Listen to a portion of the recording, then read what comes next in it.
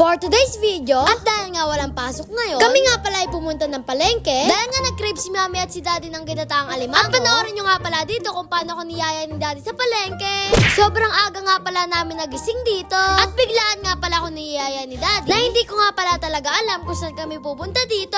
Okay. Sabi niya nga pala dito ay bibili lang daw kami ng ticket para sa pupuntahan naming Ocean Park. At ako nga pala ay natuwa dito. Dahil bata pa ako nung napuntahan ko yung Ocean Park. Ako nga pala ay nag-ayos na kagad. At excited nga pala ako dito. Na kahit masama ang panahon, ay masaya kami nga alis. Dahil kami ay bibili ng ticket para sa Ocean Park. Kami nga pala ay paalis na dito. At talagang tuwan-tuwa nga pala ako dyan. Na para bang hindi pa ako nakakapunta doon. Kaso napakatagal ko na nga palang hindi nakakapunta doon. Dahil nga sa sobrang sama ng panahon ngayon, ay sinuspindido ang klase. Kaya naman kami mga estudyante, ay wala muna pasok ngayon at sa bahay lang muna kami.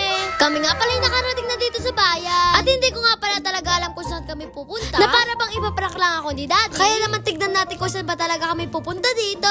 Nakarating na nga pala kami dito sa parkingan ng palengke. At medyo masaya pa nga ako dyan. Kahit medyo alam ko na kung saan ba talagang Ocean Park yung sinasabi ng Daddy ko.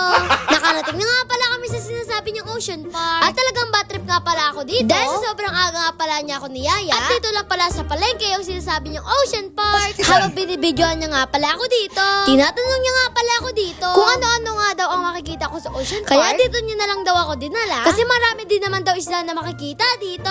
Samus-saring lamandagat nga daw pala yung makikita ko dito. At kung ano nga daw pala yung gusto ko makitang isda, ay makikita ko daw dito sa palengke na to. Habang naglalakad nga pala kami dito, sinasabi na nga pala sa akin ni Daddy kung ano pa talaga yung bibili namin. At yung paborito nga pala namin alimango ang bibili niya dito, ay natuwa na rin ako dito.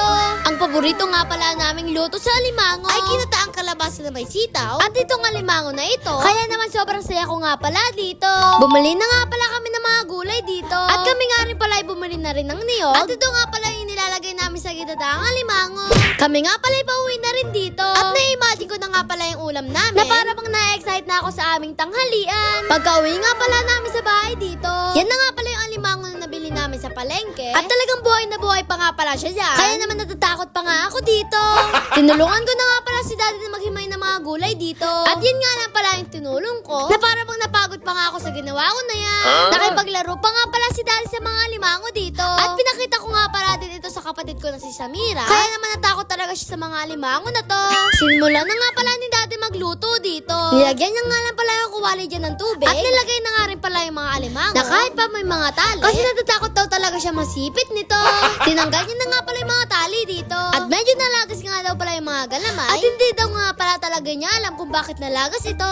Pinakuluan niya nga lang pala yan. At hinangon niya na rin pala para mag-isa na siya ng bawang at sibuyas. At sinunod niya nga rin pala yung alamang. Kaya minekos-mekos niya nga lang pala lahat dyan. Pagkatapos niya nga pala gisahin yung bawang, sibuyas at alamang. Sinunod niya nga rin pala yung mga gulay dito. At minekos-mekos niya na nga ulit. Pagkatapos ay nilagay niya nga pala yung mga gata dito.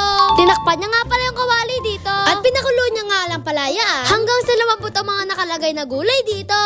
Nung lumambot na nga pala yung mga gulay dito, si Daddy ay nagdurog na nga pala dito ng kalabasa. At nilagay niya nga pala ulit dyan. Paniguradong ang sabaw nito ay ulam na para sa akin. Sana Nilagay niya na nga pala dito yung pinakuluan niyang alimango. At pakukuluin niya lang ito ng pakukuluin. Hanggang sa maging ready na ang ginataang alimango natin dito.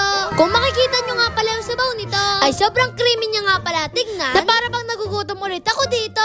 Isinalin na nga pala ni Daddy yung niluto niyang ginataang alimango. At talagang yung mga oras na yan, ay excited na nga pala akong kainin ito. At ayan na nga pala yung ginataang alimango na niluto ng aking Daddy. Kaya naman paano natin malalaman kung masarap pa talaga ito? Tikman na natin yan. Pero Daddy, slow mo muna. Konti lang. Let's go, let's go. Let's go, let's go. Drifting off in that.